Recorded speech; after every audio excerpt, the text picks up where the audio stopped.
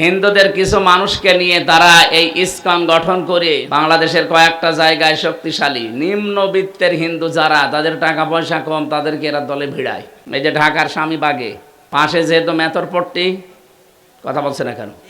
আপনি যে দেখেন এই মেথরপট্টি থেকে নিম্নমানের যারা, তাদের টাকা পয়সা দিয়ে এই দলে ভিড়িয়েছে। পঞ্চগড় ঠাকুরগাঁওয়ে যারা, সিলেটে যারা চা বাগানে কাজ করে নিম্নবিত্তের যারা, মৌলভীবাজারে, এদেরকে দিয়ে এই ভিড়িয়ে এই কাজ করছে। এরা আসলেই হিন্দু না। এই জন্য আমরা কারো উস্কানিতে যেন পা না দেই। যারা পালিয়েছে এরা কিন্তু সব সময় ব্যস্ত উস্কানি দিতে। ওদের উস্কানিতে পা দিলে আপনার পেছনে লাল হয়ে যাবে। গোপালগঞ্জে লাল হয়ে গিয়েছিল না? কি লাল হয়েছে দেখেছেন? কয়েকদিন শুনলাম গোপালগঞ্জ থেকে কেউ বাসে দাঁড়িয়ে আসলে 1000 টাকা, আর বসে আসলে 300 টাকা। ওরা নাই বিভিন্ন সুবিধা পেয়েছে, বৈধ অবৈধ মিলে তারা করতে পারে। আর আপনি কি পেয়েছেন? হ্যাঁ, আপনি যে তার তালে তাল দিয়ে এই বিশৃঙ্খলা তৈরি করার জন্য এখনো পর্যন্ত আপনি কাজ করে যাচ্ছেন। কি পেয়েছেন আপনি? আপনি শুধু লাশ পেয়েছেন। এই যে 2732 জন মানুষ মারা গেল, 2780 জন মানুষ এখনো হাসপাতালে। কারো হাত নেই, কারো পা নেই, কারো চোখ নেই, অন্ডকোষ উড়ে গেছে। এই মানুষগুলো তার মা বাবার কাছে, পরিবারের কাছে, সমাজের কাছে, এই দেশের কাছে একটা বোঝা না? কথা বলে না কেন? এই বোঝাটা দিয়ে গেল যে সে যদি আরো আগে চলে যেত এই বোঝাটা বাড়তো না। আপনি তো চলেই যাবেন স্বামীর বাড়ি, যান না। ওনারা যেহেতু নেই না, কথা শোনেন, ওনারা নিজেরা বলতো না যে আমাদের স্বামী স্ত্রীর সম্পর্ক। এই জন্যে বললাম যে আপনি যদি চলেই যাবেন স্বামীর বাড়ি, সাথে আবার শালি নিয়ে গেছে, যান, আপনি আরো কিছু নিয়ে যান, ছেলে মেয়ে যা এদেশে জন্মিয়েছেন সব নিয়ে যান। তা আপনি আমাদের বোঝা দিয়ে গেলেন কেন? কি কি বোঝা দিয়েছেন দেখেছেন? যারা মারা গেল তো গেলই, কিন্তু এই বোঝাগুলো এখন কে টানবে? এই বাংলাদেশে তার পরিবার, পরিবার, পরিবার, সমাজ আর রাষ্ট্র কতটুকু দেখছে? এই যে বিশাল বোঝা, যার কারণে নবীজি এসেছে দিন খাদিজার কাছে বলেছিলেন, জাম্মিলুনি ইয়া খাদিজা, আমাকে ঢেকে দাও, আমি ভয় পেয়েছি। হযরতে খাদিজা ওই দিন কয়েকটা কথা স্বামীকে শুনিয়েছিলেন।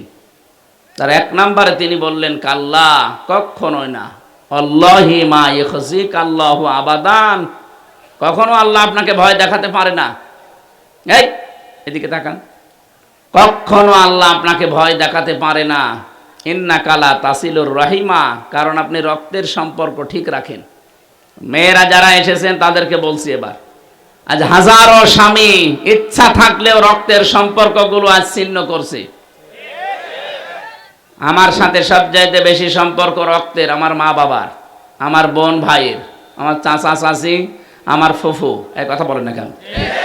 এদের সাথে আমার রক্তের সম্পর্ক না? অথচ আজ আমি 100 ভাগ হক আদায় তাদের করতে পারি না, শুধুমাত্র স্ত্রীর কারণে। এরকম বউ দেশে আছে না নেই? অথচ নবীজির স্ত্রী খাদিজা ডাক দিয়ে বলছে, স্বামী আপনি ভয় পাবেন না। কেন ভয় পান? আপনি তো রক্তের সম্পর্ক ঠিক রাখেন। এই জন্য রক্তের সম্পর্ক যারা ঠিক রাখবে তাদের কোনো ভয় নেই। তাদেরকে জিন পরি পৃথিবীর কোনো ভয় তাদের অন্তরে আল্লাহ জায়গা দেবে না, থাকলে আরো দূর করে দেবে। এই জন্য আমরা আহ্বান জানাবো, যার যার সাথে যে সম্পর্ক আছে আরো অটুট করবেন। কারণ এই রেহেম এটা আল্লাহর কুদরতি পা ধরেছিল। আল্লাহ পাককে ডাক দিয়ে বলে, রব্বুল আলামিন, বিভিন্ন জিনিস তো তুমি তৈরি করলে, তার দায়িত্ব বলে দিলে, তে আমার সম্পর্কে কিছু বললে না।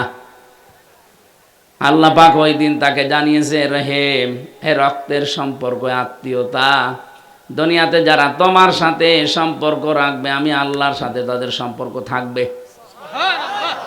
আর তোমার সাথে যদি কেউ সম্পর্ক কাট করে দেয়, আমার সাথে তার সম্পর্ক আর থাকবে না, কাট হয়ে যাবে। এদেশে আজ কত আলেম ওলামা, ইমাম সাহেব, কত সাধারণ জেনারেল মানুষ দেখেন, হাজারো পীরেরও এই অবস্থা পাবেন, নিজের আপনজনের সাথে মিল নেই। বাংলাদেশে বহু পীর সাহেবকে দেখছি, তার আপন ভাই, চাচাতো ভাই, সৎ ভাই মামলা দিয়েছে জমি জায়গার কারণে, এখনো হাইকোর্টে মামলা চলছে। আপনি কি করবেন বলেন তো? নিজের আপন ভাইয়ের সাথে আপনার মিল নেই।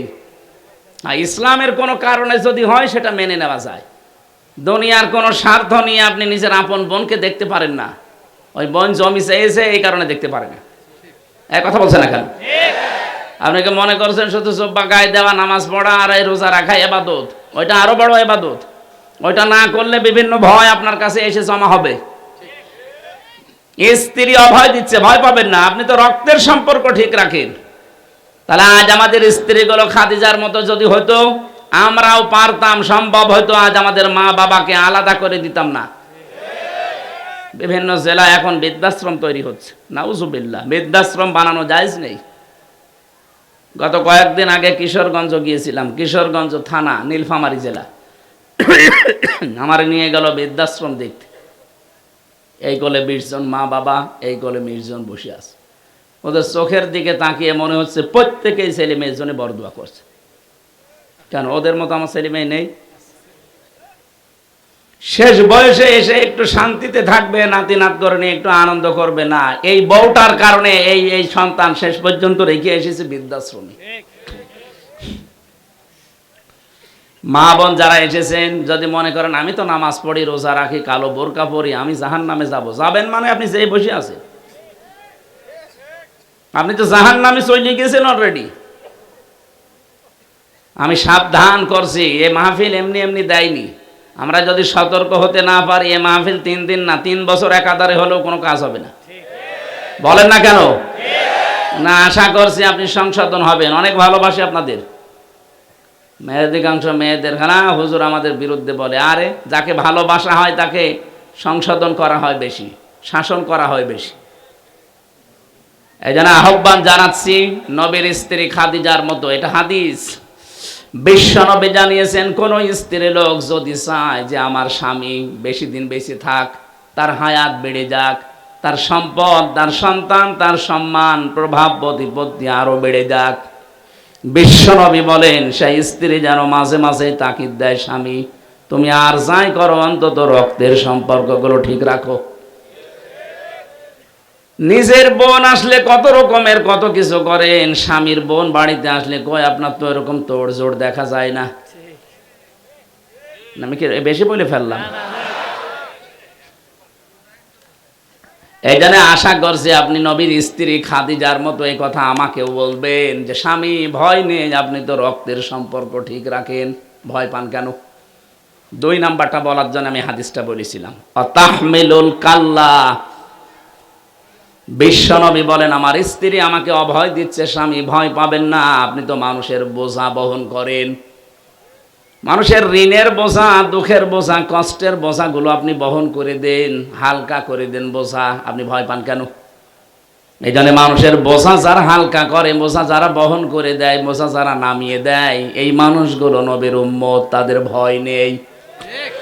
অথচ 15.5 বছরে যারা দায়িত্বে ছিল, তাকান এওসি সাহেব সহ কত বোঝা আমাদের মাথার উপরে দিয়ে গেছে। বিনা কারণে একজন মানুষকে ধরে নিয়ে মিথ্যা মামলা দিয়ে, মিথ্যা সাক্ষী দিয়ে বছরের পর বছর জেলে রেখে দিয়েছে, আবার টাকা দিয়ে তারাই ছাড়িয়ে দিয়েছে। এই যে বিশাল বোঝা দিয়ে গেলেন আমার বাবার মাথার উপরে, ঋণের বোঝা, কষ্টের বোঝা, কত রকমের পেরেশানির বোঝা আপনি দিয়েছিলেন নিজেই বলেন তো। এখন আপনাকে জানলে বোঝাগুলো দিচ্ছে এমনি না, ওর শোধ চলছে। একটা উপন্যাস পড়েছিলাম বিশ্ববিদ্যালয়ে থাকতে, ওর নাম হচ্ছে দেখ কেমন লাগে। তা আমার যখন আদালতে তুলতো মাওলানা মামুনুল হক, আমির হামজা, এদের মাজায় দড়ি দিয়ে, ডান্ডা বেড়ি দিয়ে, আবার ওখানে নিয়ে যাওয়ার পরে হাতে হ্যান্ডকাপ পেছনে লাগিয়ে দিত, মনে হচ্ছে গরু টেনে নিয়ে যাচ্ছে। এখন যখন ব্যারিস্টার সুমনকে দেখি, এই যে দরবেশ বাবারে দেখি, তখন মনে হয় দেখ কেমন লাগে। যদিও আমরা চাই না এগুলো, সম্মানিত মানুষ তারা, কিন্তু সম্মান তারা নিজেরাই নষ্ট করেছে। আপনি বলতে পারতেন না যে আলেমদের অন্তত একটু সম্মান দাও? এই যে পেছনে কারারক্ষী বসে আছে লুৎফর রহমান, যার দাওয়াতে এসেছি, এই লোকটাও অনেক ছোটখাটো চাকরি করে, তো জেলার সুপারের উপরে তো না, একজন কারারক্ষী নায়ক। তাও চেষ্টা করেছে বহু বাঁচানোর, কিন্তু অতটুকু ক্ষমতায় তো পারে না। জেলারও হিন্দু, সুপারও হিন্দু, দেবদুলাল সুব্রত বালা, নাম শুনে বোঝা যাচ্ছে আল্লাহর ওলি। ওর কাছে আলেমে কি আর জালেমে কি, সবই সমান। যত উপর থেকে আদেশ দিত যে এদের কড়াকড়ি করবা, তত বেশি করত। তো দেখেন যারা করেছিলেন, এই যে দরবেশ বাবা, বিশেষ করে এই আইন মন্ত্রী, এইটা কেউ যদি শয়তান দেখে থাকেন, দেখেছেন কিনা জানি না, আমার মনে হয় যদি কেউ শয়তান দেখতে চায়, এর দিকে তাকালে মনে করবেন যে শয়তান এরকমই একটা টাটকা নির্ভেজাল শয়তান। চেহারা দেখেছেন? গত পরশুদিন কর্নেল ফারুক খানকে দেখলাম, নড়তে পারছে না, একটা লাঠি ভর দিয়ে অন্যের সাহায্য নিয়ে যাচ্ছে, চেহারার ভেতরে মলিনতা, চিন্তার ভাঁজ।